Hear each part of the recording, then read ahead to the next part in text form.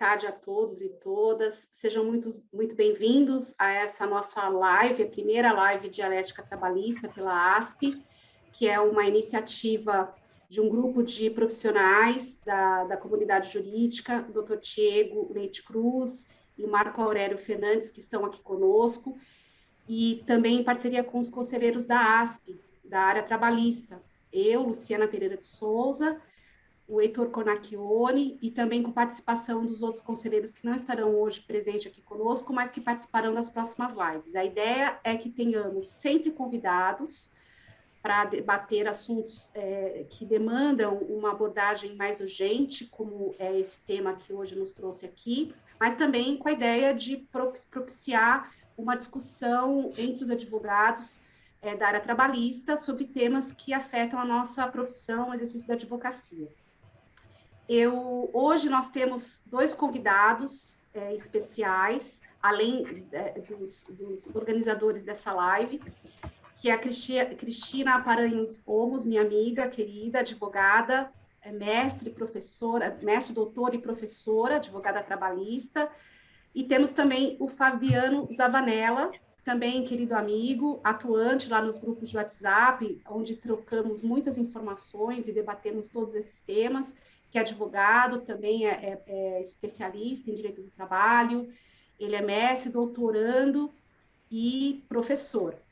O Heitor Conacchione, nosso amigo de conselho, é advogado também, especialista pela USP, conselheiro da ASP, como foi dito, e um profissional muito atuante nas entidades de classe, na AT, na OAB, e tem feito um trabalho excelente junto ao conselho da associação. E também o Marco Aurélio Fernandes Galdurossi Filho, que também é advogado, especialista, mestre e doutorando em Direito do Trabalho, professor também de instituições de ensino. E o Tiago Leite, advogado trabalhista, também especialista em Direito do Trabalho e Previdenciário, e que também cursa MBA pela FGV e professor. Então, para vocês verem que estamos aqui em excelentes companhia, a ideia é um debate aberto, não haverá exposição por um ou outro convidado, e sim um debate aberto para que possamos tentar entender de que maneira fomos todos afetados pela decisão do STF. A recente decisão proferida na ADI 5766, que diz respeito à gratuidade da Justiça do Trabalho e os ônus de sucumbência.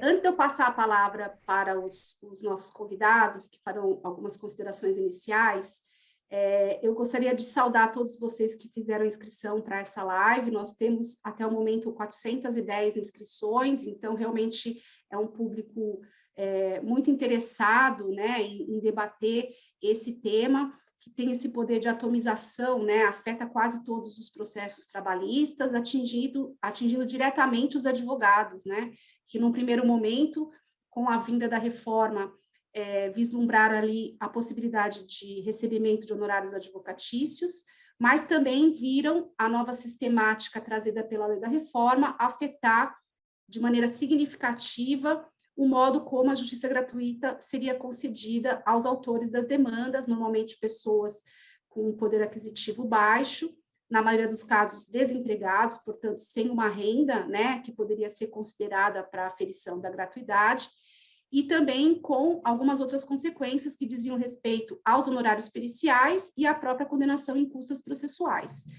Com a ADI 5766, que teve início lá atrás, né, e nós tivemos todo esse período aí de pendência desta demanda, nós vislumbramos aí um cenário muito vasto, né, de soluções que foram sendo apresentadas nos processos trabalhistas. E agora, na verdade, nós já tínhamos o voto do relator, do ministro Barroso, proferindo em 2018, um voto divergente do ministro Edson Fachin, que abriu, portanto, a divergência, e agora, no ano de 2021, a conclusão desse julgamento, com o pronunciamento do resultado, por maioria de votos, né, estabelecendo a inconstitucionalidade de alguns dispositivos e mantendo a constitucionalidade de um outro dispositivo, né? Então, foi 6-4 a votação, né? Então, por maioria, o ministro Edson Fachin, Alexandre de Moraes, Dias Toffoli, Ricardo Lewandowski, a Carmen Lúcia Rosa Weber, consideraram inconstitucionais o artigo 790-B, caput e parágrafo 4º, 791-A, parágrafo 4º da CLT, e vencidos os ministros Roberto Barroso, que era o relator, o presidente Luiz Fux, Nunes Marques e Gilmar Mendes. E também consideraram constitucional o artigo 844, parágrafo 2º da CLT. Então, nós vamos primeiramente fazer, eu vou passar a palavra para os meus convidados para que eles façam as considerações iniciais, e depois nós abrimos o debate para iniciar esse bate-papo sobre todas as repercussões dessa decisão. E eu peço a todos vocês que nos assistem, que mandem suas questões aqui pelo chat, para que possamos endereçá-las aos nossos convidados. Então, vamos começar pela Cristina. Você tem a palavra, Cristina, para você fazer as suas saudações iniciais, por favor. Boa noite, em primeiro lugar. Obrigada pelo convite, Luciana. Um prazer, uma honra estar aqui. Doutor Heitor, Fabiano, Zava, Marco Aurélio, Diego, agradecer a ASP e falar que é sempre uma verdadeira honra mesmo participar aqui da ASP. Sou associada da ASP desde antes até de concluir a faculdade, então imagina a alegria que é participar desses nossos encontros. Ainda mais nesse momento que está todo mundo aqui se perguntando. Advogado trabalhista não tem sossego, né? Porque cada momento é uma situação nova. A gente passou primeiro pela reforma, então aí em 2018 a gente veio tentando digerir a reforma trabalhista, e logo em seguida a gente, quando estava começando a entender, veio a pandemia, então as medidas provisórias, todas as medidas de urgência por conta da pandemia. Aí a gente teve a ideia e o julgamento por conta de índice monetário, então também todos os processos tendo novos rumos por força dos índices monetários. E agora, né, para encerrar com chave de ouro, né, espero que a gente esteja enterrando, a gente vai brigar aqui pela questão dos honorários de sucumbência, né? Fico bastante apreensiva, a gente vai discutir isso nesse momento hoje para a gente chegar, lógico que a gente vai chegar a conclusão alguma, aliás, o ideal é que não se conclua nada mesmo, mas pelo menos a gente possa orientar nossos caminhos aqui, trocando ideias, informações entre nós todos, exatamente para a gente colocar aqui quais são os nossos maiores temores. Já vi que foram feitas algumas perguntas, né? Já antecipo que eu não tenho resposta de nada, eu tenho muito mais dúvidas do que respostas. E assim, uma série de aspectos que a gente tem que abordar por força dessa decisão do Supremo, que, na verdade, como a gente ainda não conseguiu ter acesso, a gente não sabe exatamente o que vem, né? Não sabe se vai modular efeito, que eu acho que é uma das questões que está todo mundo perguntando. Como é que a gente vai fazer para quem já recebeu, quem ainda está com decisão, discutindo exatamente essa situação. Então, assim, eu acho que hoje é o momento de a gente tratar desse assunto, né, Lu? E aí vou deixar para a gente discutir junto tudo isso. Perfeito, Cris. Heitor. Olá, boa noite a todas e a todos. Luciana, Cristina, Zavanelli, Marco Aurélio e Diego, cumprimento todos, e a nossa assistência também, né? São 410, né, Luciana? Uma maravilha. Mas antes de me pronunciar sobre o tema especificamente, eu queria fazer uns disclaimers aqui, porque a Luciana me manda um WhatsApp na quinta-feira à tarde, no meio do prazo, e fala assim: vai haver um bate-papo lá na ASP sobre a ADC, a DIN 5766, você quer participar? Eu falei, um bate-papo, tudo bem, né? Depois é que eu fiquei sabendo da responsabilidade de ter aqui comigo 5 professores, né? E isso é uma responsabilidade muito grande. Agora, eu, como sendo o mais velho da turma, eu tenho a prerrogativa de só ouvir, ficar calado aqui e seguir lá os ensinamentos da minha mãe, que nos seus 88 anos de idade me diz, meu filho, fale pouco para não falar bobagem, né? Então, eu estou aqui muito mais para aprender com os meus colegas aqui de mesa, né? E quanto ao tema em si, não me causou muita surpresa a declaração de inconstitucionalidade. Na verdade, essa ação foi ajuizada antes do início da vigência da Lei 13.467, né? E eu já esperava até uma medida liminar, uma suspensão liminar de alguns dispositivos, e que não veio, né? E quando veio o julgamento, o voto do Barroso em 2018, eu falei, bom, com essa fundamentação, o julgamento vai ser 10-1, e só vai ficar vencido o relator. Mas não foi isso que aconteceu, e o Supremo levou 4 anos para falar o óbvio, né? O que eu acredito que todos da comunidade jurídica já esperavam, né? Então, agora é saber como que o judiciário vai tratar dessas questões. Vamos ver a questão da modulação, né, que a Cristina bem ressaltou, que é importante, porque efeitos já talvez irreversíveis, né, já tenham sido provocados pelo cumprimento da lei. Então, vamos ver o que vai acontecer. Eu estou muito curioso para ouvir todo mundo aqui no grupo, para saber o que cada um pensa. É isso, vamos lá, vamos em frente. Legal, obrigada, Heitor. Fabiano? Boa tarde, Luciana. Muito obrigado pelo convite. Um prazer inenarrável dividir esse espaço telepresencial contigo e com todos aqueles que nos assistem, que estão aqui participando da nossa sala virtual, na querida Associação dos Advogados de São Paulo, a ASP, que também sou associado desde antes da aquisição da minha carteira da ordem, nos idos de 1997.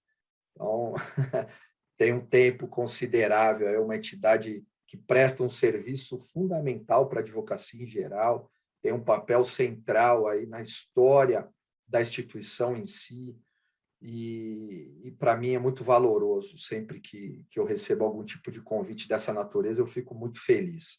Também quero cumprimentar aqui os idealizadores, né, meus grandes amigos, Marquinho, né, o Marco Galdurós, Diego Cruz, né, essa ideia, essa proposta da dialética, de trazer temas tão relevantes que o direito do trabalho nos desafia diuturnamente, e fazer isso de uma forma leve, com uma condução serena, equilibrada, respeitando os pontos de vista diferentes, isso é fundamental.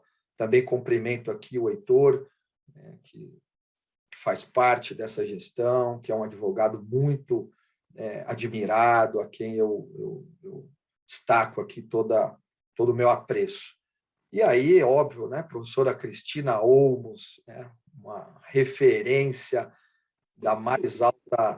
do mais alto quilate, né, professora de todos nós, como o Ricardo Guimarães gosta de falar. Então, também rendendo aqui minhas homenagens ao Guima, não é, que será aí agraciado com uma comenda do TST, uma honraria justa e merecida, por um dos caras de melhor e maior coração que eu conheço. Então, é uma alegria gigantesca. E aí, para não me alongar muito mais nessa introdução, o tema é demasiadamente importante, sensível, e ele desperta percepções nem sempre no mesmo sentido, né? Então, diferente da percepção, da sensação do Heitor, para mim a decisão surpreende pelo histórico recente do próprio STF em matéria trabalhista, né? Esperava um placar diferente, e pelas razões do voto do ministro Barroso, que em boa parte me convencem, a previsão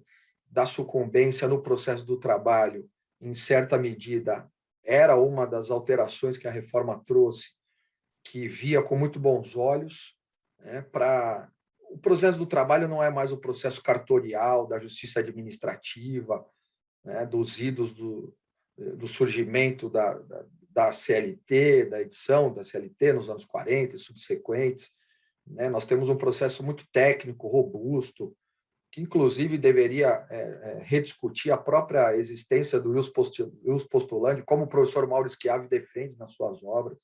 Então, a advocacia é indispensável, é fundamental, o nosso papel, nossa participação, nosso protagonismo como atores e agentes centrais na condução dessas demandas cada vez mais complexas, difíceis.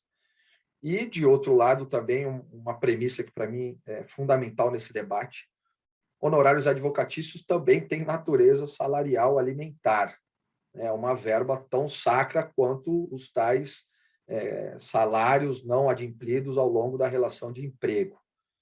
O advogado, ele também merece, e aí não importa o lado que ele esteja, está claro que a decisão ela tem uma discrepância também sobre essa perspectiva, mas, de toda maneira, o advogado que defende os interesses da empresa, e aí, claro que à luz do que foi, pelo menos do que foi ventilado nessa decisão, sofre um impacto maior e considerável, e o que também reverbera para a própria empresa, me parece que houve um desequilíbrio aí não justificável. Mas a gente continua nessa discussão na sequência, Luciana. Obrigado mais uma vez pelo convite.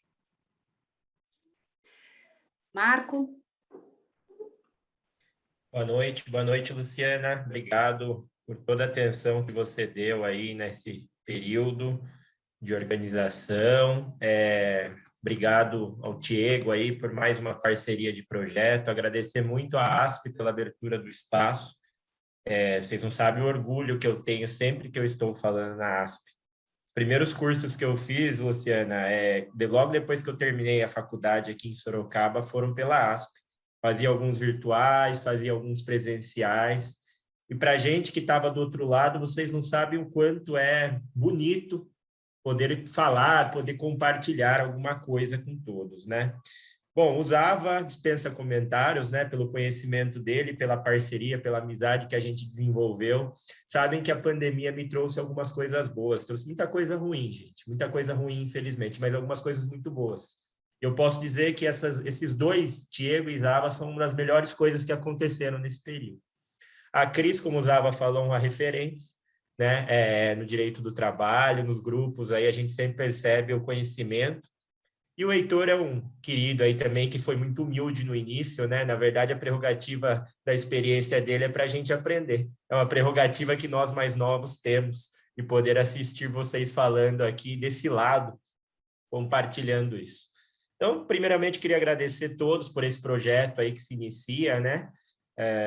E o pessoal que está assistindo a gente, eu sei que tem muitos amigos aí, eu vejo gente aqui de Sorocaba, aqui do interior, então, vocês não sabem o quanto é bonito de ver essa interação interior em São Paulo. A gente vive um fla-flu para tudo, e infelizmente nós vamos viver isso de novo, quando, na verdade, a celebração de eleições de classe deveria ser o momento mais bonito que a gente tem quando é uma eleição de classe, de união. Mas eu acredito que a gente vai fazer a nossa parte de tentar trazer a união aí que a gente sempre tenta. Quanto à DI, Luciana, eu tenho algumas não, eu tenho praticamente somente dúvidas, nenhuma certeza nesse momento, porque eu acredito que a gente tem um processo agora de interpretação dessa decisão. O Diego, que me acompanha faz tempo, sabe que é onde eu me debruço um pouco mais aí nos estudos e avanços. Quando a gente tem uma decisão que consolida um precedente, nesse caso, nitidamente, nós estamos diante de um precedente, nós temos que entender como que nós vamos interpretá-lo, como virá essa interpretação. E digo por quê? Porque, apesar da decisão ser muito clara, né, a princípio nos parece ser clara, declarando a inconstitucionalidade, a Cris já levantou um ponto fundamental, tá? A partir de quando? Qual vai ser o recorte que a gente vai fazer aqui na modulação? E aí nós temos os efeitos disso, porque uma decisão, quando vem do STF, né, Zava, nós temos que entender não só a razão de decidir dela, mas o que é a obter dicta, ou seja, o que está acoplado ali, que vai ser utilizado também no momento da difusão disso. Como nós vamos aplicar efetivamente essa inconstitucionalidade? Eu dou um exemplo aqui. O exemplo clássico, que a Cris até deu uma raspada aqui no assunto, é a questão dos juros, taxa Selic. Mas na ratio decidente vem o 404. Então, já começou a se desenvolver a tese da aplicação do parágrafo único, pedindo uma indenização complementar. Então, as discussões que virão a partir de agora, elas são, acredito que, muito mais importantes até do que a própria declaração em si da inconstitucionalidade. E aí é o papel que o Zava colocou, nosso. É o papel bonito da advocacia. Porque quem vai criar as teses a partir de agora somos nós. Nós desenvolveremos teses a partir dessa declaração de inconstitucionalidade. E aqui ninguém está falando em desrespeito de hierarquia constitucional, de decisão, mas as decisões são interpretáveis. O sistema de prova legal não vige no Brasil desde a consolidação das leis do processo lá em 1876. Então, 1876, 78. Então, a gente tem um sistema de persuasão, a persuasão racional. E a persuasão racional vai depender muito da interpretação, de como nós levaremos essa discussão dessa interpretação adiante. Portanto, acredito que abre-se um mundo agora para nós, né, decorrente dessa situação, e acho que agora a gente pode avançar no debate com bastante tranquilidade, e eu estou aqui para aprender, como eu disse, portanto, tentarei manter o máximo possível o microfone fechado, que vai ser o melhor, a coisa mais sábia que eu farei durante esse período que nós vamos passar juntos. Obrigado, viu? Obrigado novamente. Obrigada a você, Marco. Diego. Boa noite a todos, os amigos, amigas. Satisfação estar aqui hoje. Acho que eu sou aluno de todos vocês, então eu que vou falar menos aqui, né? Zavanella é professor de todos nós, né? Bom, pessoal, cumprimentar a ASP pela iniciativa, por ter aceito esse projeto, que tenho certeza já está sendo traçado com muito carinho, né? A todos a equipe técnica por trás aí que trabalha da ASP, cumprimentar a Luciana, o Heitor. Eu não vou falar doutor com informalidade, porque depois que a gente está Lu, Zava, etc., né? Heitor, Marco, Zavanella, doutora Cristiana Paranhos, é a primeira vez que eu falo com ela e já conheço já a notoriedade do conhecimento dela. Então, a gente vai se debruçar sobre um tema que é espinhoso, mas que uma situação que é peculiar, né? Uma ação, uma legislação que foi aí 2017 implementada já no meio jurídico, e só agora, 2021, é que veio, né? Tantas discussões que houveram a respeito, né? Livros escritos com teses, etc. E aqui a gente, sem mais delongas, a gente vai se debruçar sobre vários pontos, e que a Luciana vai coordenar aí. Nesse é um bate-papo, na verdade, um aprendizado mútuo. Então, sem mais delongas, é só passar a palavra para a Luciana. Muito obrigado. Maravilha, muito obrigada, Diego. Bom, eu acho assim, nós temos vários desdobramentos dessa questão, né? Eu acho que para os advogados interessa muito saber como fica a questão do efeito, né? Se ele retroage ou não. É a primeira pergunta que eu vi que foi feita por muitas pessoas aqui. Na verdade, a declaração de inconstitucionalidade, ela tem o efeito ex tunc, né? Porque se retira do mundo jurídico a eficácia de uma norma que não está compatível com a Constituição Federal. Então, a rigor, o efeito, ele retroage. Porém, pode haver, até para aumentar, para resguardar a segurança jurídica das pessoas que adotaram, que agiram conforme essa lei, que estava, né, no arcabouço jurídico.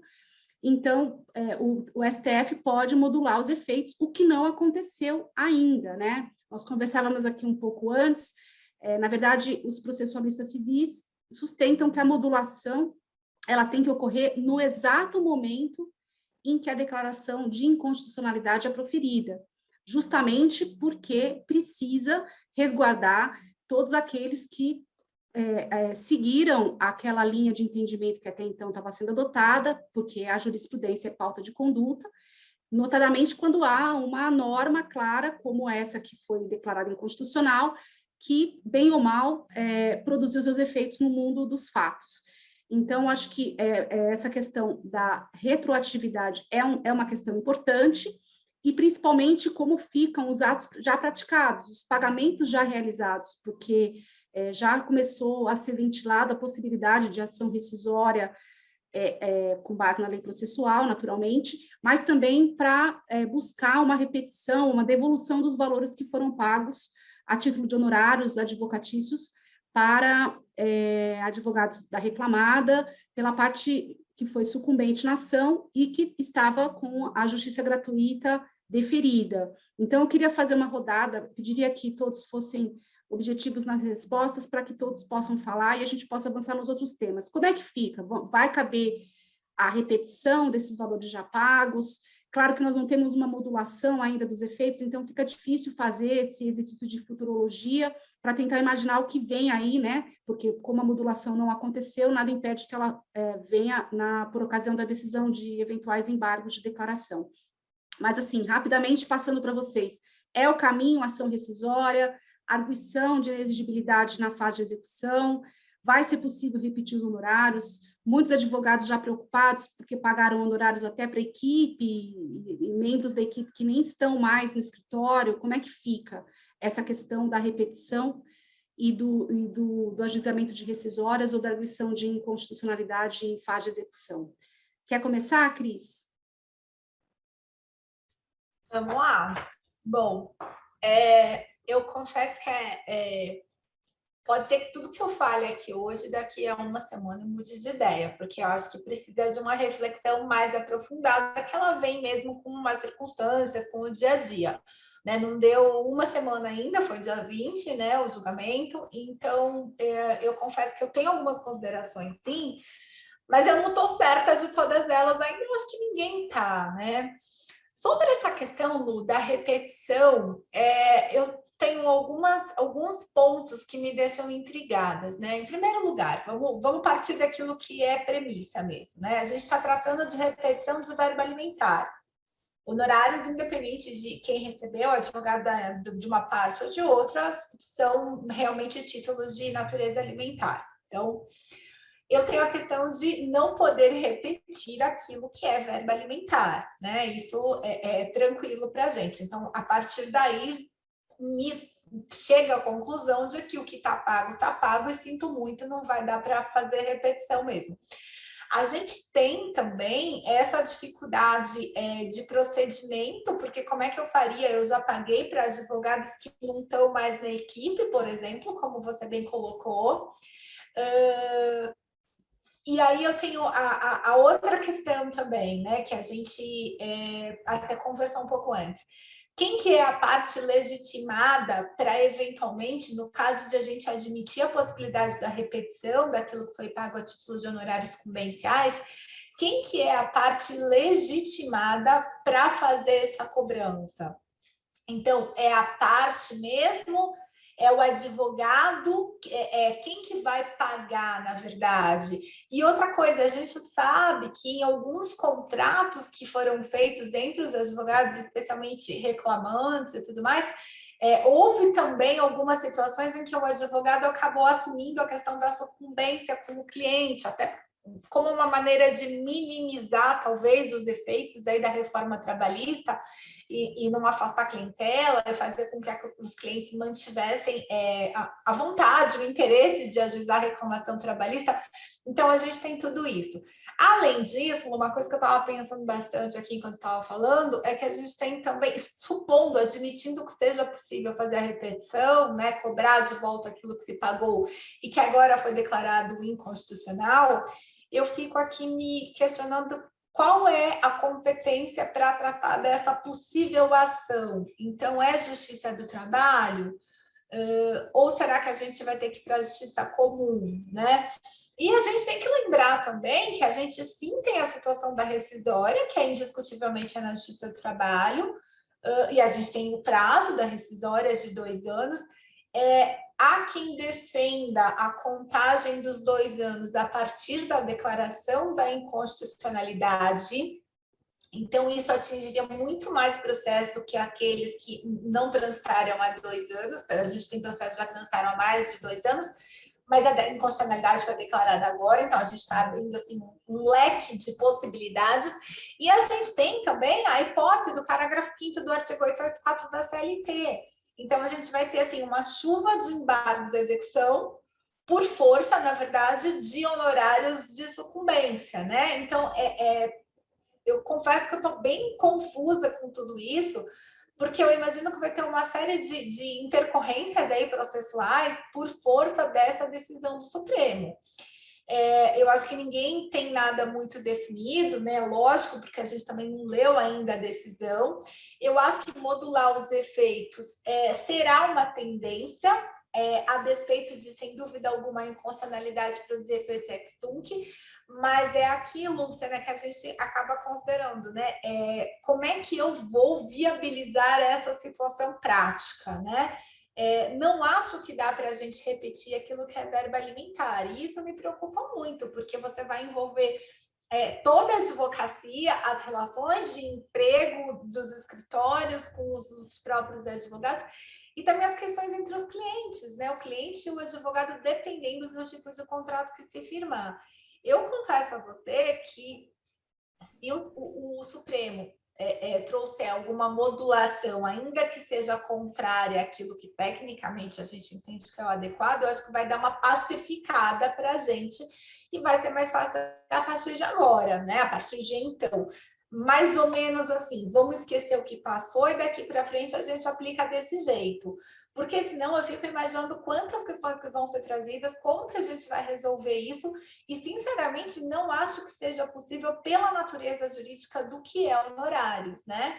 É claro que eu poderia compensar, sei lá, se fosse dependendo da fase processual, se eu ainda estivesse numa execução discutindo uma parte do crédito, como acontece em embargos, quando a gente tem grave de petição e tudo mais, mas eu acho que vai ficar bastante inseguro se a gente começar a admitir, na verdade, a repetição dos honorários sucumbenciais que já foram pagos e agora são declarados inconstitucionais. Eu, sinceramente, eu estou torcendo para deixar do jeito que estava. Olha, até aqui sinto muito, foi uma questão de não ter dado sorte, porque a vida também tem um pouco de sorte, né? Foi um momento inadequado, e agora você já pagou, esquece. E daqui em diante a gente segue. Então, quem ainda está com crédito sendo discutido, seja embargos de a execução, qualquer que seja, ainda não transitou em julgado, a própria decisão, eu acho que tudo bem, e acho que é natural que isso seja discutido. Estou imaginando aqui o tribunal com aquelas milhões de sustentações orais falando dessa circunstância específica.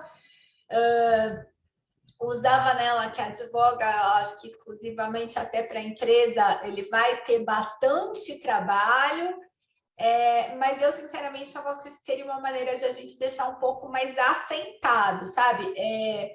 O professor Domingos Zainag, uma vez ele falou para mim que a gente não pode fazer ciência com o direito dos outros, né? E é mais ou menos isso. Uma coisa é o que a gente tecnicamente, cientificamente até discute, e outra é o que a gente está vivenciando na prática. Claro que uma situação não pode ficar solta da outra, né? Afastada da outra, mas a gente tem que considerar que a gente está tratando de trabalhadores que, como o próprio voto, né, da ministra Rosa Weber falou, a grande maioria dessa população mesmo, da nossa população brasileira, é de pessoas que têm justiça gratuita, que ganham até 40% do teto do regime. Então, assim, se a gente começar a mexer nessa situação e mudar a maneira como as coisas já assentaram, por mais inconstitucional que tenha sido, eu acho que a gente vai trazer mais problemas do que resolver. Eu sou da opinião que a gente devia deixar do jeito que está até aqui, e daqui em diante o que não transitou em julgado, que não deu prazo de rescisória, de embargos de exceção, aí sim a gente consegue discutir ainda, especialmente considerando mesmo a natureza jurídica de honorários, né? Natureza salarial, pagou, não tem conversa, ficou lá, então não dá para eu fazer a pessoa desdar, vamos chamar assim, aquilo que ela recebeu a título de honorários, né? Devolver, parece que ele me dá sempre a sensação de que ele pegou alguma coisa indevidamente. Não, ele recebeu devidamente com uma chancela legal, né? Então, por isso até o neologismo. Mas eu sou dessa opinião, eu ainda estou refletindo bastante, acho que esses encontros como o nosso agora são para provocar esse tipo de reflexão, e queria, na verdade, saber a opinião dos meus amigos aqui também, gente. Na verdade, assim, só um parênteses, essa questão do prazo, né, que é a disposição expressa do CPC, né, que o prazo conta agora da decisão proferida pelo Supremo que declarou a inconstitucionalidade da norma em sentido abstrato, né, e embora haja discussão na doutrina, porque, na verdade, a sentença é uma norma em sentido concreto, né, mas, enfim. Alguém quer comentar? Alguém quer fazer algum comentário dessa questão da repetição? Zavanella? Oi, Heitor. Vou fazer primeiro aqui, acho que eu já abri o microfone para a gente engatar. Sem medo de errar, não cabe repetição de indébito. Ponto. Verba de natureza alimentar, recebida de boa-fé. Tem uma série de precedentes nesse sentido, tanto do TST, recentes, 2021, o ministro Douglas, inclusive, apreciando uma questão similar, e do próprio STF, que embasam, que justificam essa afirmação, essa máxima. É fundamental, e aí, claro, eu estou me arriscando aqui de me posicionar de uma forma inequívoca, mas para tentar estancar qualquer tipo de espaço que permita aí, uma litigiosidade maior do que a que nós já convivemos em relação e especialmente envolvendo a advocacia, não importa o lado em que o profissional se encontra. Né? Isso traz uma intranquilidade, uma incerteza, uma insegurança que não é razoável, que não é bom, que não contribui para a pacificação social. O STF também tem como característica, como histórico, para esse tipo de situação um tanto quanto delicada, a modulação dos efeitos, por mais que isso divirja da melhor doutrina a respeito da declaração de inconstitucionalidade, que, a priori, tem efeitos ex tunc, quer dizer, desde a edição da lei, que contrapõe ou contraria o texto constitucional. Mas aqui o recomendável, como o ministro Barroso sempre insiste, a Constituição é viva e ela demanda uma interpretação que adeque ao momento efetivamente vivenciado. Então, nada mais razoável do que... e o ministro Alexandre de Moraes é que fará a redação do acórdão, conforme lido ali no relatório final pela ministra Rosa Weber, e quero crer que sim, a modulação constará do texto para dizer que esses efeitos são daqui para frente. Como mencionei, temos esses já precedentes que nos dão essa maior tranquilidade, e, de outro lado, também entender, óbvio, nós precisamos da redação para saber quais são os contornos, inclusive, porque dá para extrair que não foi o caput completo, né, que algumas expressões, sim, foram declaradas inconstitucionais, do 79B, o trecho final, ainda que beneficiário da justiça gratuita, mas não o restante da redação, porque há responsabilidade pelo pagamento de honorários periciais, né, quer seja pelo Estado ou pela reclamada, e o parágrafo 4º do 790B inteiro. Depois, no 791A, a expressão desde que não tenha obtido em juízo, ainda que em outro processo, créditos capazes de suportar a despesa. Mas o restante do artigo, não. E no parágrafo 4º, então, fica o restante. As obrigações suspensas, assim como é previsto no Código de Processo Civil, lá no artigo 83, salvo engano, o que difere é o prazo. Pelo CPC, 5 anos, e a CLT, inclusive, traz uma situação mais benéfica para o trabalhador, de até 2 anos, aí o ônus, sim, do adverso, de comprovar que aquela situação, que aquela condição de adversidade não perdura. Há um outro debate se aferir créditos decorrentes da ação trabalhista por si só tira a pessoa do estado de pobreza ou não. Isso está associado, atrelado à natureza jurídica da verba que ele recebe, no mais das vezes, porque a Luciana já bem lembrou, nós temos um salário médio no Brasil de R$ 2.500, a Justiça do Trabalho é uma justiça social, efetiva, concreta, que precisa, de fato, ser acessada. Agora, isso não significa que a previsão de um mecanismo de sucumbência ou do pagamento de custas, quando há um arquivamento não motivado ou não justificado a falta, descaracterize por completo todo esse estrutural. Houve uma queda de demandas depois da reforma trabalhista? Sim, porque antes dela foram propostas uma infinidade. E depois o gráfico mostra que isso se retomou em alguma medida, né? Que se racionalizou os pedidos, que não era mais de A a Z, e sim aqueles efetivamente concretos, centrais, como a ministra Rosa Weber, em inúmeras passagens do seu voto, falou em demandas frívolas. E aí o Marquinho fala uma coisa que tem que ser vital aqui na conversa. Tem uma crise de ética, de identidade, de integridade, que a advocacia tem um peso e uma responsabilidade. É fundamental que a gente resgate essa nossa boa imagem, essa credibilidade de que as demandas não serão aventureiras, que é uma questão de prova, e aí tudo bem, o jogo está aberto, mas que, no geral, não se procura o judiciário para levar uma vantagem indevida. Tem uma jurimetria que, inclusive, aponta, depois eu vou buscar a fonte para dar aqui o crédito, mas, enfim, 75% das demandas, o reclamante é beneficiário de justiça gratuita antes da decisão do STF. Então, a gente está falando de um universo muito pequeno onde havia condenação em honorários. E quero crer que em ações onde, de fato, há uma razoabilidade para o não deferimento da justiça gratuita, que não pode se amparar tão somente numa simples declaração, muitas vezes. Óbvio que a gente parte de uma premissa de boa-fé, mas também não é ônus do empregador ou do ex-empregador ou da reclamada comprovar que aquela situação não condiz com a realidade concreta, e em especial num nicho muito menor de ações, 25% de um total de 100. Então, o Instituto, efetivamente, ele, de uma forma regular e racional, continuava sendo deferido para aqueles que demonstravam a efetiva necessidade. E ainda havia um critério objetivo: quem ganha ou tinha como remuneração até 40% do piso da Previdência Social, automaticamente já fazia jus à justiça gratuita. A partir daí é que havia uma necessidade de demonstração de comprovação, e que, de novo, também funciona dessa maneira na justiça comum. O ministro Barroso até tentou criar uma outra via de incidência dos honorários sobre verbas de natureza indenizatória e não de natureza salarial, mas isso não está dito na lei. Acho que aí seria um excesso, né, um equívoco, um desvio de rota e rumo. Mas, para sintetizar, não cabe repetição de débitos dos valores pagos a título de honorários advocatícios que têm natureza salarial, e o advogado é indispensável à administração e distribuição da justiça.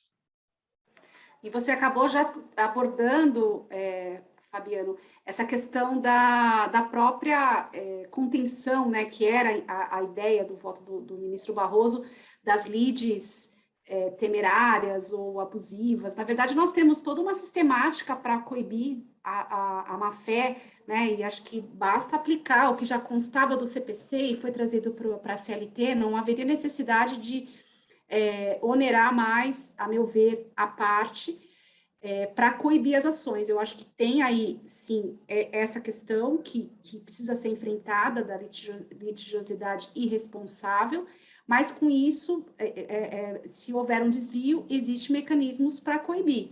Agora, como você antecipou, nós temos uma faixa de salarial que a gratuidade ela é deferida porque a presunção é absoluta de miserabilidade, e a partir de um determinado montante, aí deveria haver comprovação. Mas o que vinha acontecendo é que muitas vezes os juízes consideravam o salário que era pago na vigência do contrato, que se extinguiu e que está em discussão na Justiça do Trabalho, para aferir se aquela pessoa tinha ou não, preenchia ou não as condições para obter a gratuidade. Esse é um problema também, porque... E outra questão, se com a vinda dos valores que estavam sendo pleiteados, se haveria alteração dessa condição de miserabilidade, né, por força do proveito obtido na ação, que era o cerne dessa mecânica, né, que seria, inclusive, possível que obtivesse da parte do crédito o pagamento dos honorários advocatícios, o pagamento dos honorários de sucumbência e das custas processuais, o que agora parece que esse risco não existe mais. Mas nós não acabamos com os honorários sucumbenciais, né, e nem eliminamos a possibilidade de não ser concedida a justiça gratuita, né? Só foi, de certa forma, reconduzido a um modus operandi que já vinha sendo praticado antes da lei da reforma. Alguém quer fazer mais algum comentário com relação até à questão... Pois não, Heitor, pode falar.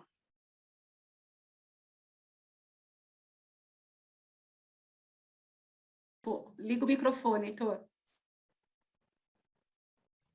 Desculpa. Essa questão do alcance e efeitos da decisão, realmente, a gente só vai saber, de fato, quando publicar o acórdão, né? Mas a gente já tem alguma ideia do que vem por aí, até pelo que consta do julgamento da DC 58, né? Onde foi julgado um dos dispositivos da reforma também, né? 879, parágrafo 5º, se não me engano. E lá o Supremo modulou no julgamento, no acórdão, modulou os efeitos da decisão para garantir a segurança jurídica daqueles pagamentos já realizados, né? E das decisões transitadas em julgado antes da publicação do resultado do julgamento, ou antes do julgamento, né? O entendimento, até tem uma pergunta aí no chat, nesse sentido, a partir de quando vale a decisão, né? E o entendimento que prevalece no Supremo, me parece que é pacífico, que não precisa aguardar a publicação do acórdão, né? Basta a publicação do resultado do julgamento. Então, me parece que a partir da publicação do resultado... E nesse caso, já foi publicado o resultado do julgamento, né? Então, eu acredito que a tendência é que o Supremo vá aplicar a mesma regra de modulação, né? Essa questão da irrepetibilidade da verba de natureza alimentar, eu estou totalmente de acordo com a professora Cristina, professor Zavanella, mas não é um princípio absoluto, né? Eu, advogando em matéria previdenciária, já tive decisões aí afastando o princípio da repetibilidade, inclusive no STJ. Então, a gente tem que tomar cuidado com... a tendência é essa mesmo, né? Da não repetição do que já foi pago e recebido, né? Mas não é, no meu sentir, não é um princípio absoluto, né? Embora não seja muito lógica essa ideia do advogado ter que devolver aquilo que já recebeu, né? Então, eu discordo de algumas outras questões aí que o professor Zavanella colocou com relação à prova da hipossuficiência. Eu acredito que o próprio Código de Processo Civil prevê que a declaração comprova a hipossuficiência, salvo prova em contrário, né?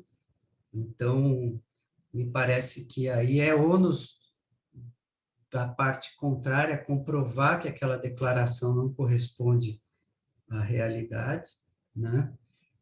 Ou o próprio juiz, entendendo que não é suficiente a declaração, aí ele tem que dar prazo e exigir a prova que ele entenda razoável para demonstrar a situação de hipossuficiência, né? Essa questão ética, viu, Zavanella, é muito importante, e isso eu falo desde sempre. Eu concorri aí ao 5º Constitucional e na minha arguição lá em 2009 ou 2010, não me lembro mais, eu falei justamente disso, né? E essa história do legislador querer corrigir um problema que é do Poder Judiciário, atingindo o direito da parte, direito de ampla defesa, o direito de recurso, ou o próprio direito de ação, isso não dá certo, né? E não vai dar certo nunca, na minha opinião, né? Então, por isso até eu lá na introdução aí da nossa fala, eu disse que eu já esperava essa decisão do Supremo, não acho que não poderia ser diferente, né? Tem uma passagem do voto do ministro Fachin que ele diz até que o inciso 74 não seria nem necessário, né? Que a parte que comprovasse a hipossuficiência teria que ter acesso à justiça gratuita de qualquer forma, né? Embora o legislador constituinte tenha sido sábio em colocar isso lá, assim como tantos outros direitos e princípios que não precisariam, em tese, constar da Constituição, e estão lá no artigo 5º, no artigo 6º, 7º, enfim.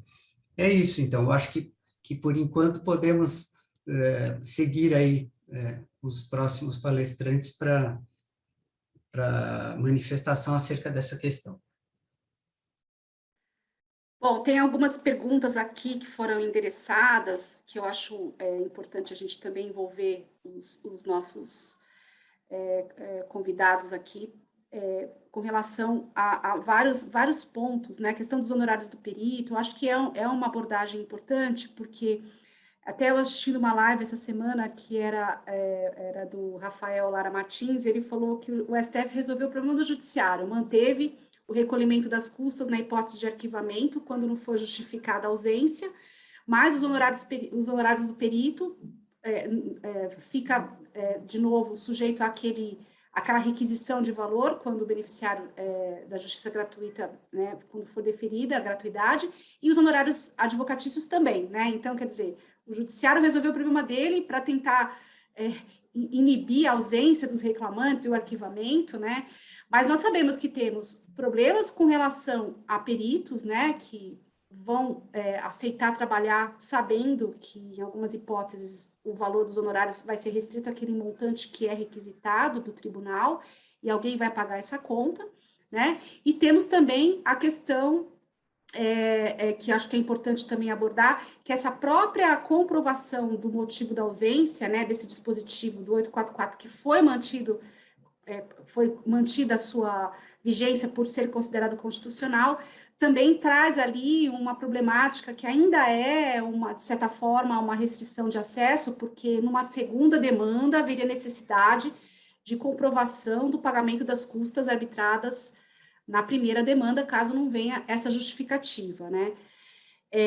Tiago, você pediu a palavra? Não sei, parece que ele está... eu acho que ele teve um problema aqui de conexão. Mas se vocês querem comentar alguma coisa com relação a essa questão, tanto dos honorários, como a questão desse pagamento das custas para fins dos honorários periciais, e a questão das custas para fins de repropositura da demanda, porque isso, né, pelo visto, continua. Lu, sabe, pedindo licença aqui, sabe uma coisa que às vezes eu fico assustada, que eu acho ruim? Na verdade, esse tipo de interpretação leva a gente a concluir que a condenação ao pagamento de custas, honorários de sucumbência e honorários de perito, na verdade, são castigos que a gente impõe, né? Quando, na verdade, a ideia não é essa. É a remuneração do serviço do advogado, do perito, e mesmo as custas processuais, como o próprio nome fala, custas processuais. Então, assim, não é porque a pessoa não foi à audiência, não justificou, ela é condenada. Ela tem que ser condenada a pagamento de custos, se for o caso. E se ela tiver efetivamente uma das situações de dispensa de pagamento, a exemplo da justiça gratuita, e a justiça tem que ser acessível a todas as pessoas, aí sim ela fica dispensada. Eu acho esquisito você considerar que a justiça gratuita serve para algumas coisas, né, mas não para outras. Aí sim, me parece que é castigo, não é uma interpretação jurídica, né? E claro que é um absurdo, a pessoa não é audiência, e você tem a possibilidade de justificar, e a própria lei traz isso, mas eu acho que antes de qualquer coisa, a gente vai ter que analisar qual que é a natureza do título que a gente está tratando, né? A história da sucumbência, Essa também. Algumas pessoas já até escreveram aqui nas perguntas, eu estava olhando, mas então vai voltar ao período pré-reforma? Não, não é isso. Honorários sucumbenciais continuam existindo, mas razoavelmente as pessoas que são beneficiárias de justiça gratuita, elas efetivamente não pagarão esse valor de honorário de sucumbência, o que é absolutamente razoável, né? Confesso que eu estava com medo dessa decisão do Supremo, porque é o Supremo, né? Mas, ao mesmo tempo, me parece tão lógico isso, né? E falar também, o pessoal andou falando no chat, mas 40% do teto do regime previdenciário é um valor baixo. Tem gente que ganha um pouco mais, mas ainda assim tem dificuldade. Deveria ser beneficiário de justiça gratuita. Você pode ser beneficiário de justiça gratuita, ainda que você receba mais de 40% do teto. Não é essa a questão. É que quem recebe menos de 40% ou até 40% tem presunção de ser beneficiário de justiça gratuita. Então, a gente tem que avaliar essa questão também. Outra situação que eu acho, eu estou olhando aqui, infelizmente, a visão que o advogado da empresa não faz justa remuneração. Tratamos os advogados iguais de forma desigual. Eu fiz uma reunião ontem falando isso, o honorários de um era 5%, o do outro é 10%. E, curiosamente, na verdade, o que ganhou mais foi o que perdeu mais, em termos de verbas, quer dizer, não faz sentido, devia ser o contrário. É fato que a gente vive essa situação.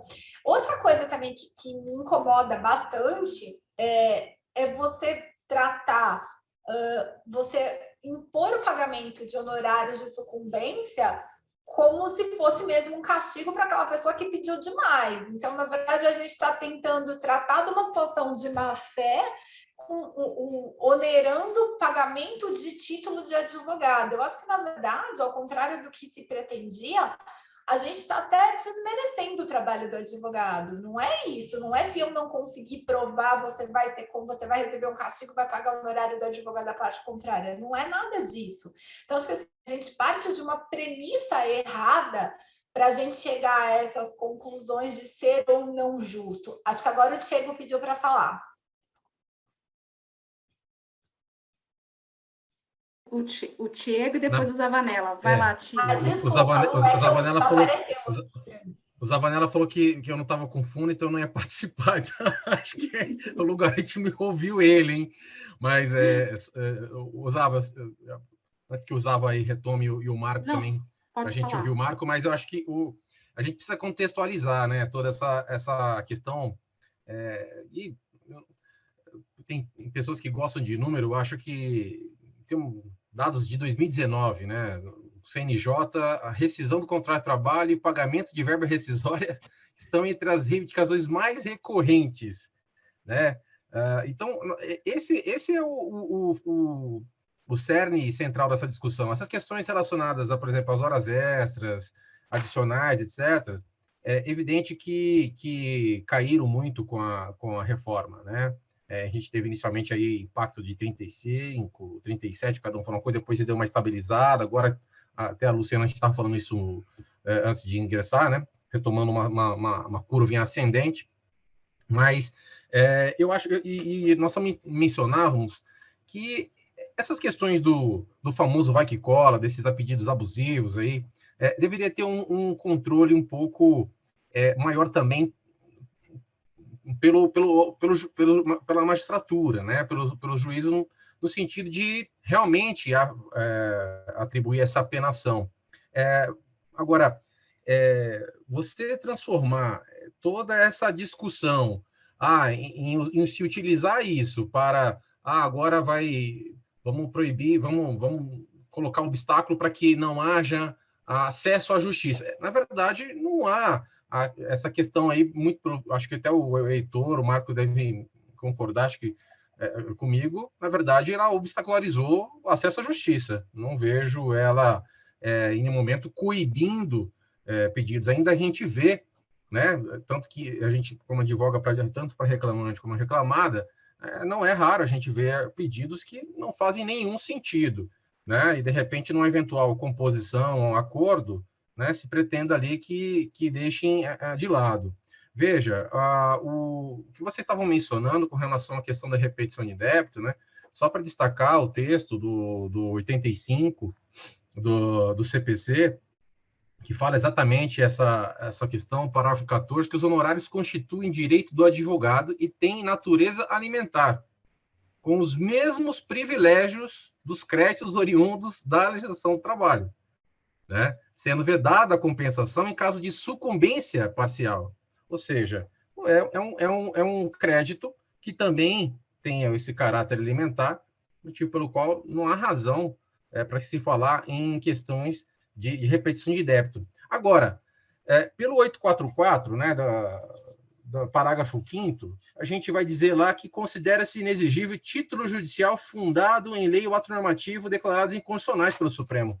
E é aqui o grande cerne, porque quem estiver ainda discutindo essas questões na fase de liquidação, né, de cálculos, ou mesmo estiver executando isso, tal, isso será, inclusive, objeto, né, de impugnação, né, de embargos à execução, porque você terá em um título, mesmo que há um título executivo judicial, você vai ter essa discussão da parte contrária com relação a se tratar de uma verba, de um título, né, honorários inconstitucional a partir daquele momento.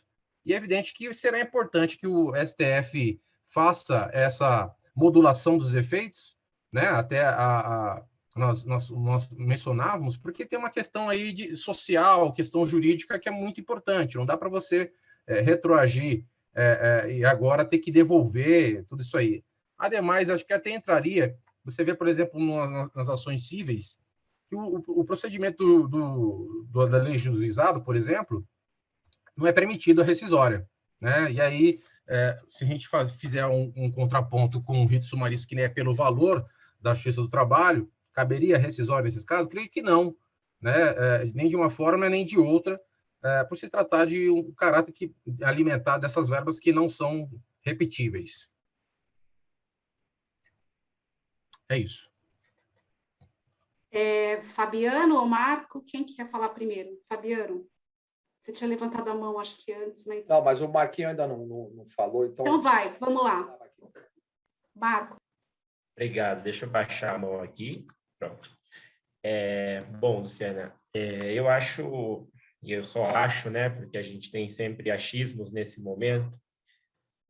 Na verdade, eu tenho a impressão, desde o momento que veio os honorários ali, a partir do dia 11 de novembro de 2017, que a gente tem uma dificuldade gigante na aplicação. E aí eu acho que a gente esqueceu um pouquinho da supletividade do CPC. O CPC de 2015 trouxe um arcabouço bastante razoável de aplicabilidade do entendimento da concessão dos honorários, da gratuidade. E a gente esquece que a aplicação não é só subsidiária do CPC, ela é supletiva também. Eu acho que a gente acaba olvidando e a gente vai vendo daí, aqui vem uma crítica, apesar de eu ter grandes amigos da magistratura, e a gente tem criticado aqui os pedidos excessivos e tudo mais, aí vem o famoso CPJ, né, Tiago, que eu sempre falo, que é o Código de Processo do Juiz, né? Ele fica ali embaixo da CLT na mesa, acima do CPC, fica entre esses dois livros, e aí a gente tem esse tipo de situação sui generis, como a Cris estava relatando, de um problema de você ter 5 para um, 10 para outro. A organização da aplicação dos honorários, ela é até uma questão lógica. Existe um racionamento lógico para você fazer.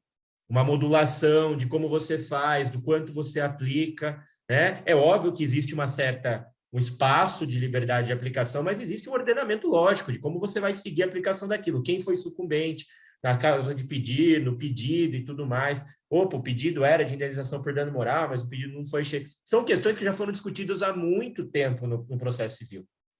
Eu tenho decisões de 80 e pouco sobre o tema, quando eu estou falando disso em aula, inclusive. Eu falo muito discussões dos anos 90. Então, a gente começa a entrar, quando a gente traz uma nova sistemática, a gente esquece dessa supletividade do Código de Processo Civil.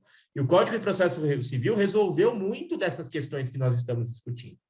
Uma boa parte dessas questões a lei já trouxe, já tem a vontade do legislador. E nós aplicamos o CPC.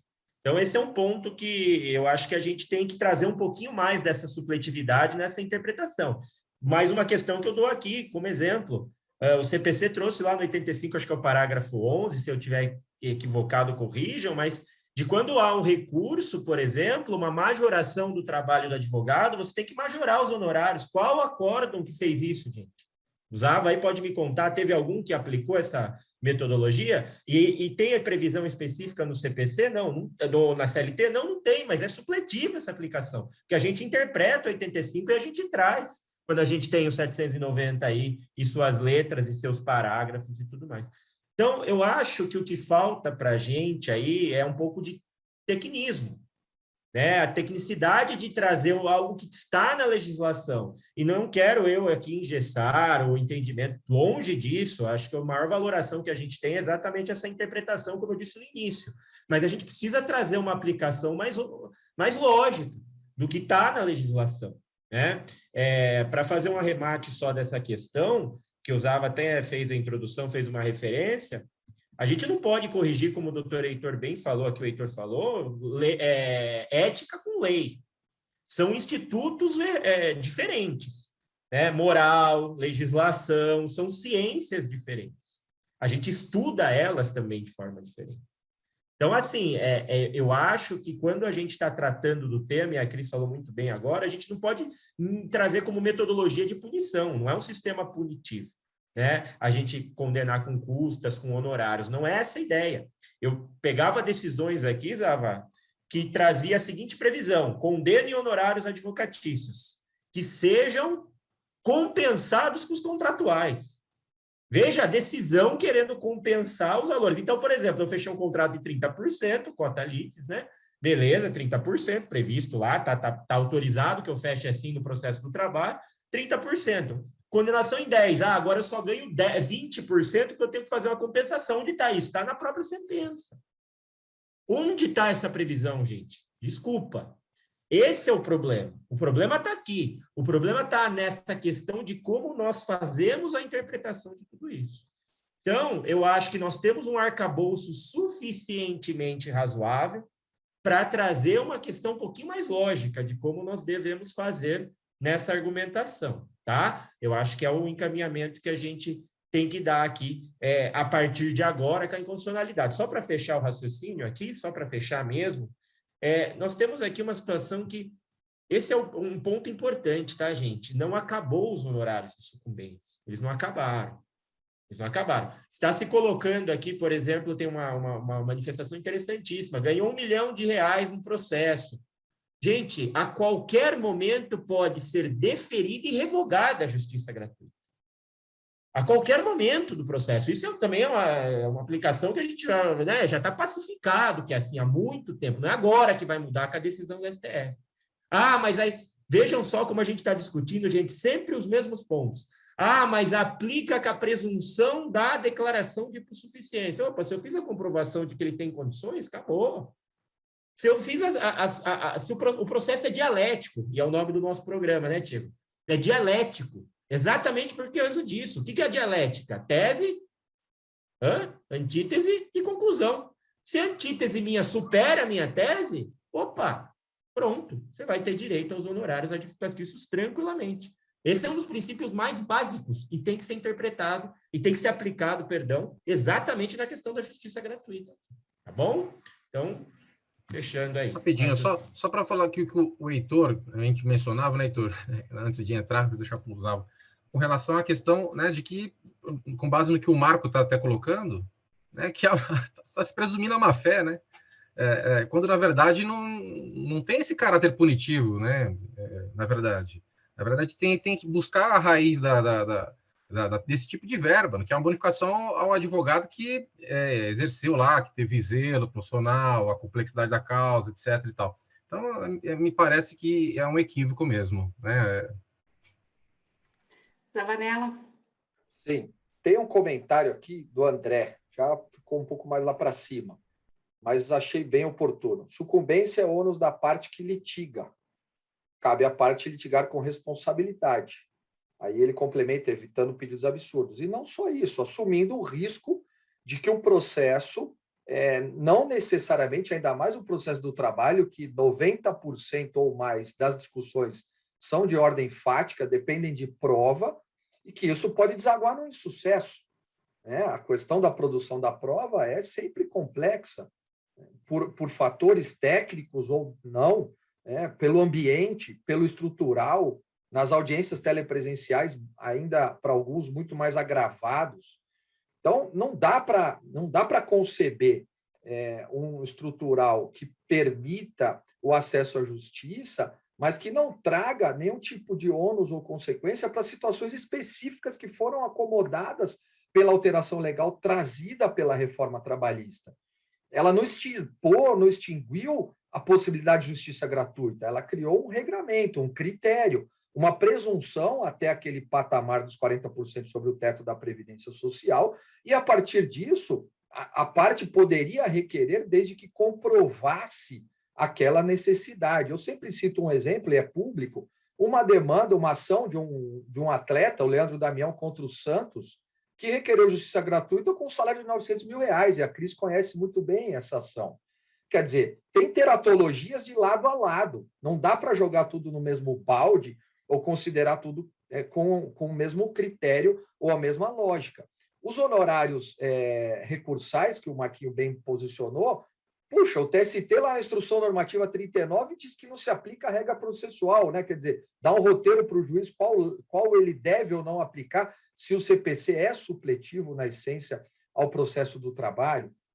Também o Diego, algoritmo, número, sim, eu gosto, eu me pauto, e essa jurimetria do Data Law que está lá no Conjur, é importante lembrar, por que tem aviso prévio, 13º, lá na cabeça dos principais pedidos? Porque aquilo é reflexo de horas extras e outras verbas de natureza salarial que o algoritmo não separa.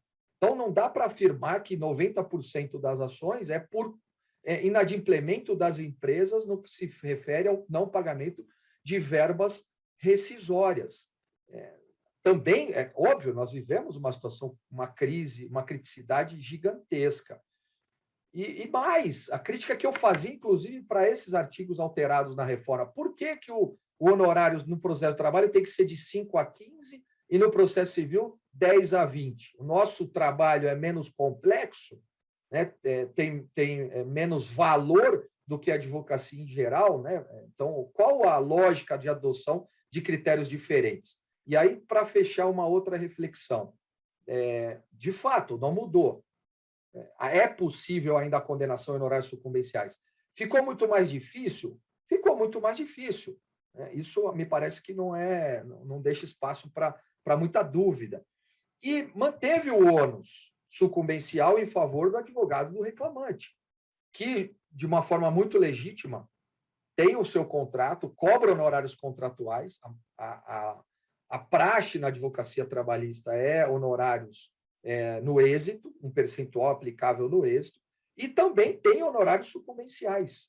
Então, há um desequilíbrio, que foi mencionado aqui também em alguns dos comentários, em relação à advocacia patronal e à laboral, e mantém um outro ônus que antes da reforma não existia, que era o pagamento, em situações específicas, representação sindical e tal, dos honorários sucumbenciais pela empresa em favor do patrono. E aí a Cris foi muito feliz, né? Honorários não é castigo, tem que pagar com gosto, o cliente tem que contratar e sorrir de orelha a orelha quando ele paga honorários. E no processo também é a regra do jogo, a sucumbência leva ao pagamento dos honorários. Agora, ficou descompensado a decisão da maneira como foi estruturada do ponto de vista da advocacia estritamente, né? Distanciando-me um pouco da discussão em relação ao acesso à justiça. Criou um descompasso que me parece que não tem razoabilidade. Mas aí quero ouvir o Heitor.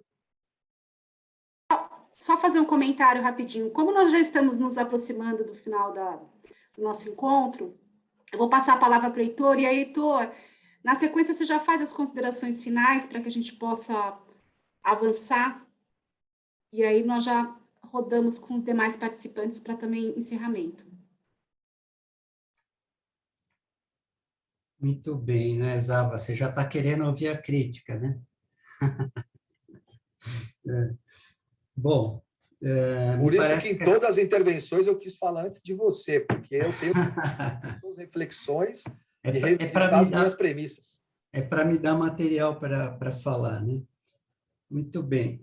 Me parece que aí o que a gente tem que pensar é que a questão central é da inafastabilidade da jurisdição, né? Então, isso ficou muito claro até no voto do ministro Fachin, quando ele fala em o interesse social acima do interesse público, enfim, é o acesso à justiça. Aí entra essa questão do hipersuficiente, né, Zava?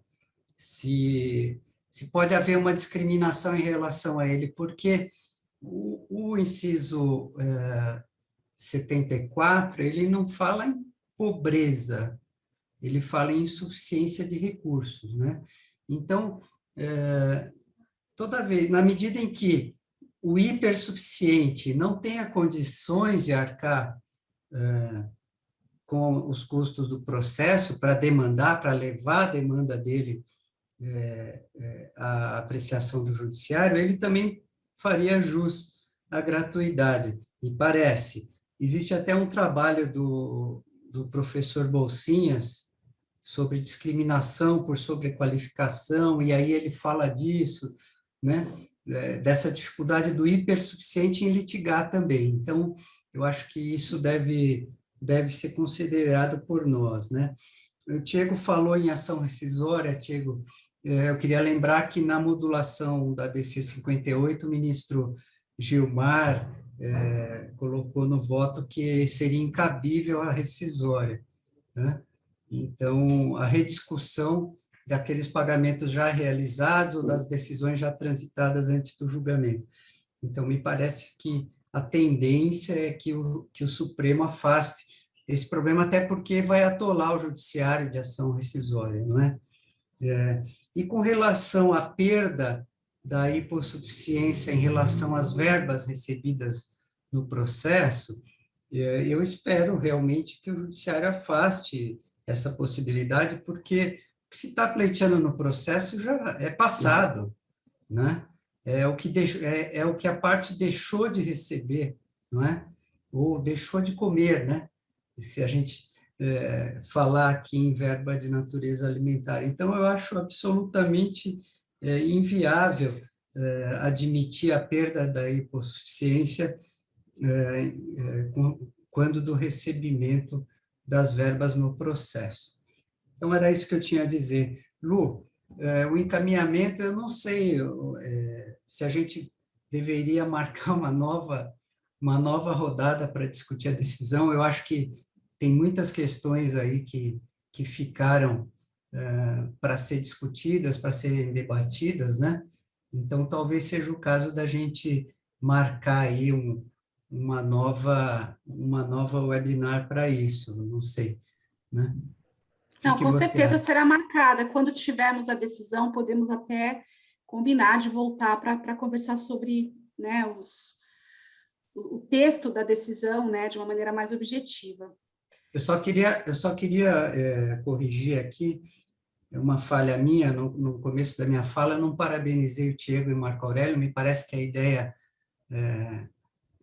dessa webinar foi de vocês, ou esse projeto, né, foi encabeçado por vocês e com o apoio da Lu, né, Lu? Então, eu queria deixar aí os parabéns e cumprimentá-las, porque realmente esse debate é importantíssimo. Obrigada, Cris. Vamos lá. Considerações finais. Obrigada. Então, primeiro eu quero deixar claro, a Vanella falou que eu conheço bem o processo do Leandro Damião, quando ele pediu justiça gratuita, não fui eu que fiz da ação do Leandro Damião. Na que eu fiz, eu não pedi justiça gratuita, foi de um outro colega dele na mesma época, mas aí todo mundo ficou pensando, mas não foi a minha. Também não sei se ele não deveria receber justiça gratuita, porque está muito relacionado à capacidade, e às vezes ele paga tudo isso de pensão alimentícia da Vanella, a gente não tem como saber, né? Eu vi que tem uma série de perguntas aqui, eu tentei responder algumas aqui dentro da nossa sistemática, mas as que eu tinha um palpite eu respondi, as que eu não fazia ideia eu fingi que eu não vi aqui para não passar vergonha, mas eu acho que a gente sim tem que conversar mais depois. O Cleiton pediu para falar do parágrafo 5º do 884, acho que a gente falou logo no começo, não tem dúvida que vai caber embargo de execução com essa matéria. E uma preocupação que eu vejo muito e que me chama a atenção, gente, é que a gente fica tratando honorários de sucumbência, o reclamante faz pedido absurdo, então tem que ter a sucumbência. É nesse sentido que eu falo que não é castigo, honorários. E mais que isso, eu acho que a gente não resolve assim, né? A gente está tratando de uma questão de má-fé. E com todo respeito, e eu sou advogada e tenho muito orgulho de ser advogada e nunca imaginei ser outra coisa, eu acho que isso é muito mais relacionado aos advogados até do que às vezes as próprias partes, tá? Quem atua na Justiça do Trabalho sabe que muitas vezes os reclamantes nem sabem tudo que está sendo pleiteado nas suas próprias petições iniciais, tá? Então, eu acho que mais do que a gente ficar falando que o reclamante pede absurdo e tudo mais, também cabe à advocacia fazer uma meia-culpa aqui e avaliar que Justiça do Trabalho não é lugar para aventureiro. E não é agora, por causa de honorários sucumbenciais. Nunca foi. E, de fato, isso não é uma questão de decisão do Supremo, de reforma trabalhista ou de honorários de sucumbência. Isso é uma questão de princípio para a gente trabalhar. E é assim que a gente consegue, na verdade, honrar a Justiça do Trabalho e a carteira de advogado que a gente possui e o trabalho que a gente tem, a profissão que a gente escolheu para o resto da nossa vida, ou que não seja para o resto da nossa vida, mas aquilo que a gente se empenhou em fazer e sonhou em fazer desde que a gente estava na faculdade. Então, assim, não é essa a questão, não é com honorário de sucumbência, que são títulos mesmo, que o próprio CPC, o Marco falou lindamente, o Código de Processo Civil, né? Não o Código Pessoal Civil de cada magistrado, mas o CPC, ele traz, sim, toda ali, eu acho que de uma maneira, inclusive, muito mais rica do que a própria CLT, e de uma maneira muito mais técnica, ele já traz disposições e sempre trouxe, né? Fosse o de 73 e mesmo agora o de 2015.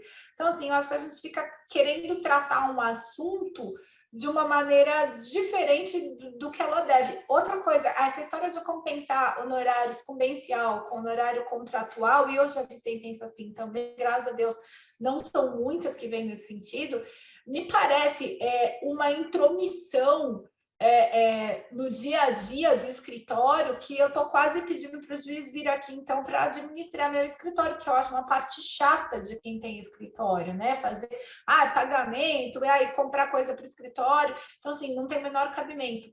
Por outro lado, também, acho que essa questão de a gente ter pedido absurdo e tudo mais, e com isso aplicar sucumbência e tal, não faz muito sentido.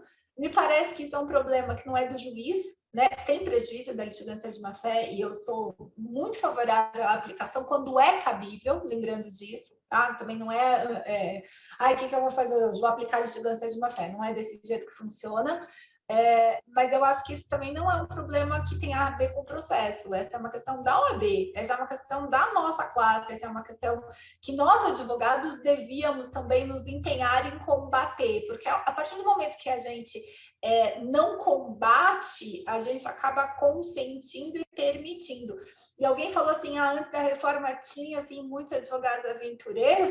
Eu não estou dizendo que não tinha, eu sei que tinha, e a reforma não mudou nada, continua tendo, do mesmo jeito. Eu só acho que isso não é um assunto que a gente tem que resolver com a reforma trabalhista ou com uma lei que vai cercear, que vai reduzir a possibilidade de não cabe na minha cabeça a pessoa ter medo de bater na porta do judiciário, porque ele pode ser condenado a pagar honorário de sucumbência. Então, não tem mais acesso à justiça, não tem judiciário para amparar justamente as pessoas que mais precisam.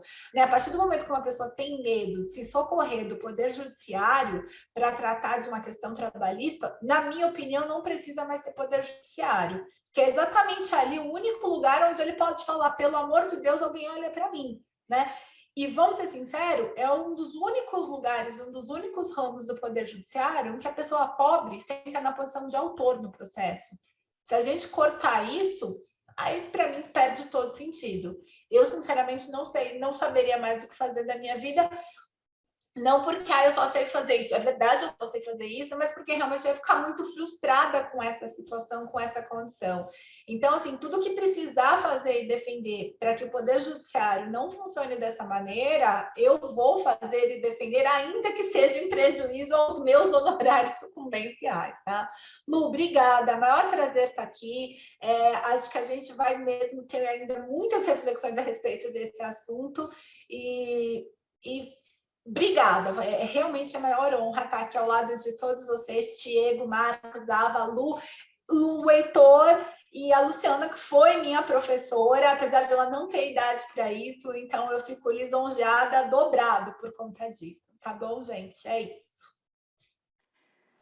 Cris, eu que acho que esse tempo já passou há muito tempo, né, em que você foi minha aluna, porque acho que você de lá para cá evoluiu muito, superou, e hoje eu tenho muita honra, eu sim, de estar aqui com você, tocando essa conversa tão importante. Mas vamos lá, Zavanella, encerra aí, faça suas considerações finais, por favor. Muito legal. Cumprimentar meus alunos que estão aqui conosco, né? Nossa aula daqui a pouco começa, um pouquinho depois do horário programado, mas por uma ótima causa. Então, muito obrigado aí pela presença, alguns dos comentários e também todos os demais que nos acompanharam. Impressionante, né? Aqui estou vendo mais de 170 pessoas como participantes, fora aqueles que já tiveram que sair por algum motivo. A ASP tem esse poder, né? Tem essa presença, mas mais do que a entidade, né? A entidade é feita de pessoas, né? Então, não tenho dúvida que pelo brilhantismo da Luciana, por tudo aquilo que você, né, de maneira sempre muito dedicada, propõe, agradecer demais pelo convite. Mais uma vez, é um enorme privilégio dividir esses momentos, uma reflexão tão difícil. E o que a gente pode levar de lição daqui? Em muitos pontos, ou em alguns dos pontos, nós divergimos, eu, o Heitor, o Tiago, e tudo bem, e é assim, e a coisa funciona de uma maneira respeitosa, equilibrada. Então, que isso também sirva como uma reflexão no momento em que nós vivenciamos no país, na eleição de classe, ou em qualquer setor da nossa sociedade, né? Que nós tenhamos respeito pela opinião do próximo, que nós consigamos dialogar, trazer elementos, trazer sustentação, substância, mas de uma forma equilibrada, de uma escuta construtiva. E a ASP sempre teve esse protagonismo, sempre procurou cumprir esse papel. Nós aqui somos corajosos, porque a gente está comentando uma coisa que é muito recente, que é complexa, e sem o voto ainda, sem a redação do acórdão em si, que não vai mudar daquilo que foi prolatado, o julgamento está gravado, né? A certidão de julgamento já foi publicada, mas nós sabemos que tem uma diferença, né? Que tem minúcias, que tem detalhes, e em especial essa questão da modulação, que, sem dúvida alguma, mudam muito do que a gente falou e tratou aqui. Então, a ansiedade, né, esse volume de perguntas que estão aqui postas, algumas a gente conseguiu responder na nossa fala, outras escrevendo aqui para as pessoas que estão interagindo, não é falta de atenção ou de querer atender a todos, é porque várias coisas não tem ainda como dizer. E essa ansiedade, ela precisa ser acomodada, o STF tem que entender que é importante se manifestar logo, que esse acórdão se disponibilize com brevidade, não como ficou para julgar os embargos de declaração do assunto da Selic, tanto tempo e causando mais ainda agruras, dificuldades e etc. O Tiago e o Marquinho são dois queridos, amigos também, que o Marco falou isso no início, né? A pandemia trouxe muita coisa difícil, perdemos pessoas próximas, toda a tragédia humana, e de alguma maneira nós nos conectamos com pessoas que talvez em outra situação não aconteceria, né? E eu tenho eles em altíssima estima, apreço, até porque também são são paulinos como eu, então a coisa fica a crise fica mais acomodada dessa maneira. Mas parabéns pela ideia de vocês, são duas figuras jovens aí que impõem essa bandeira, né?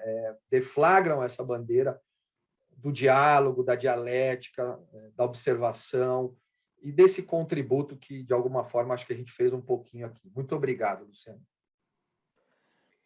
Obrigada, Fabiano. Só fazendo um comentário aqui para os participantes e para as pessoas que nos acompanham, que é impossível esgotar todos os efeitos de uma decisão dessa magnitude, né? Então, nossa proposta aqui foi realmente um bate-papo rápido. Nós vamos repetir esse bate-papo assim que tivermos em mãos o acórdão, e fica aqui o convite para todo mundo. Mas eu vou passar agora para o Marco, para ele fazer as considerações finais, e na sequência, Tiago, você já pode assumir e também fazer suas considerações finais.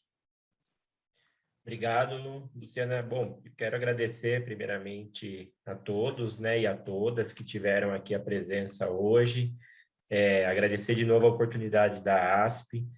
A gente precisa explicar que é um projeto novo, né? Por isso que nós fizemos aquela abertura para as pessoas que estão nos assistindo, que a ideia, né, Tiago, é que isso se repita com uma periodicidade. Nós estamos trazendo isso agora para a ASP e foi muito bem acolhida a ideia. Por isso que nós fizemos aquela introdução, né, de explicar um pouquinho tudo isso, qual é a ideia dos eventos. E a gente já vai repetir o tema aqui, né, como estamos combinando ao vivo.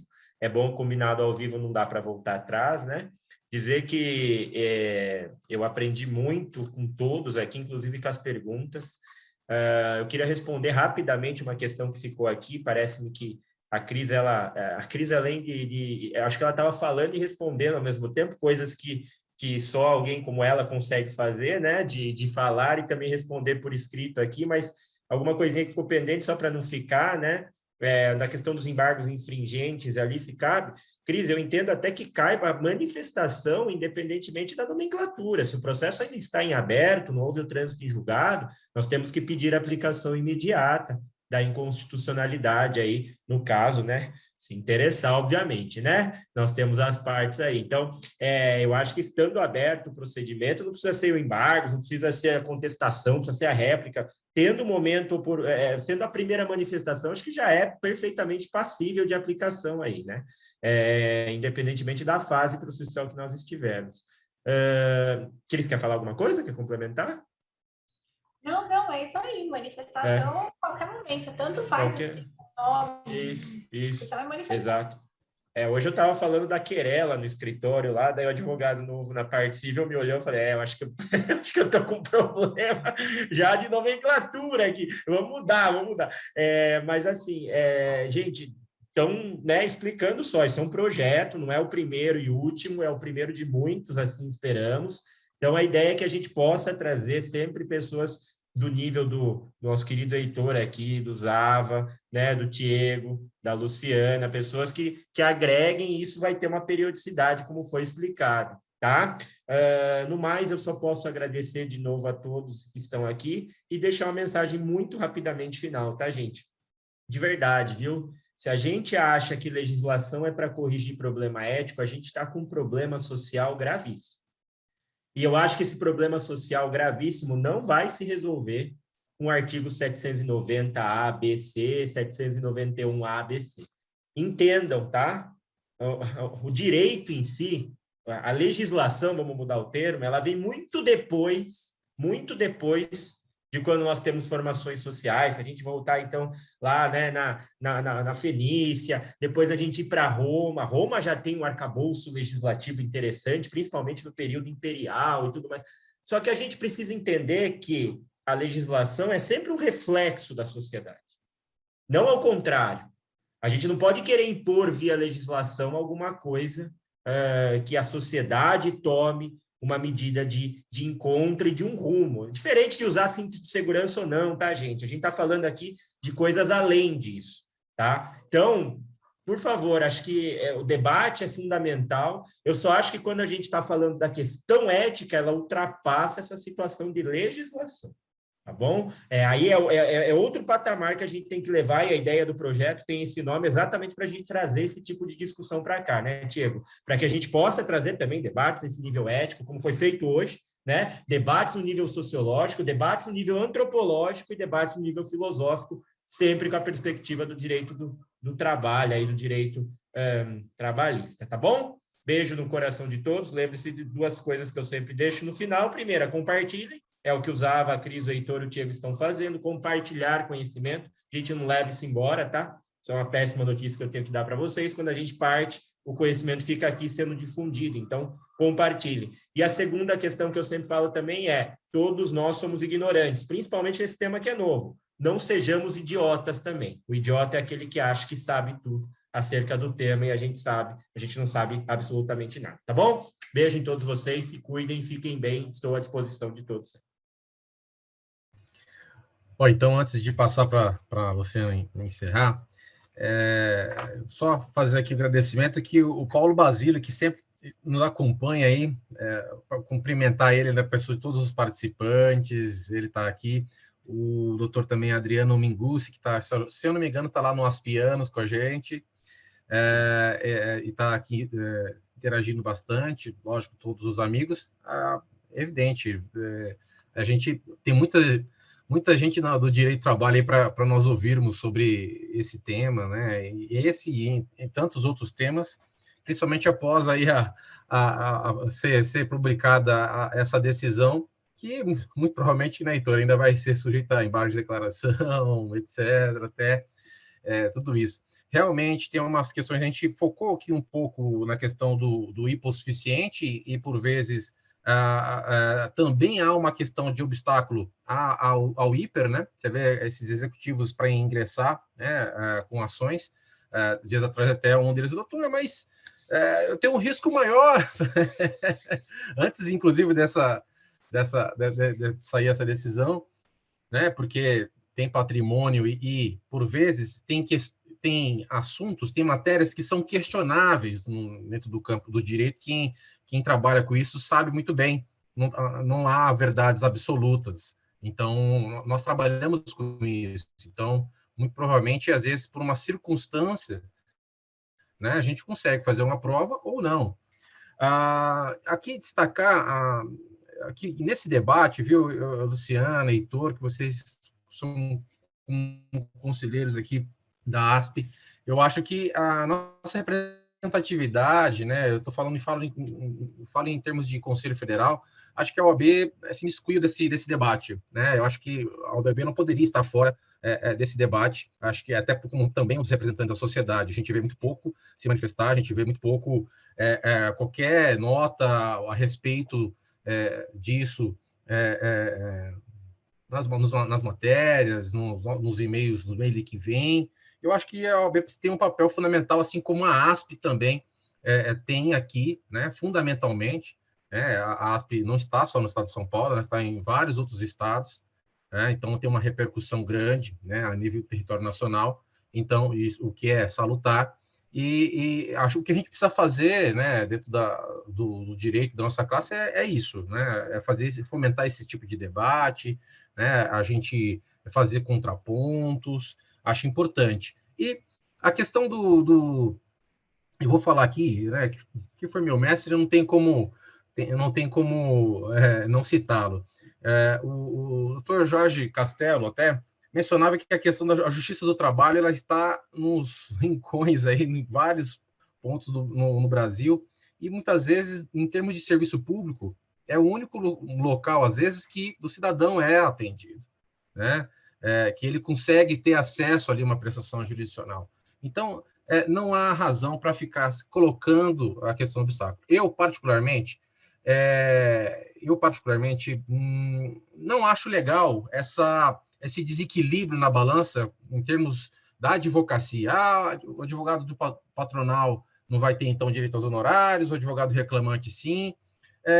Também fica aí a título de sugestão para os amigos, que comece também, às vezes, a avaliar outras tomadas de precificação de honorários, né? Nós temos a nossa tabela de honorários aí. Então, a gente vê que muitos advogados vinham defendendo, principalmente de empresa, essa questão da sucumbência, quando na verdade você poderia trabalhar na questão do ad êxito, né? Cobrar um valor X ali para fazer a defesa, liquidar o processo e trabalhar com um percentual ad êxito que remuneraria adequadamente todo esse trabalho.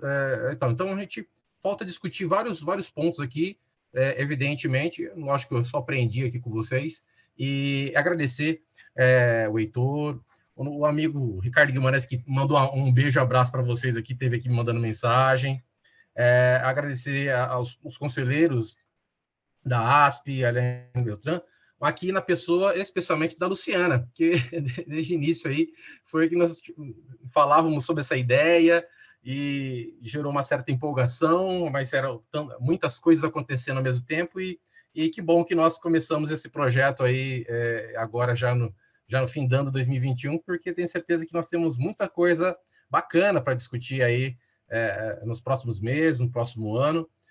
Acho que a gente realmente teve uma transformação, principalmente do direito do trabalho. O Zavanella mesmo sempre aí estava escrevendo livro, ponderando, né? A gente também teve vários foros de debate, não só no Labro, mas também lá no Fórum Trabalhista Empresarial, onde vários colegas conseguiram se ajudar nesse período com tantas MPs, né?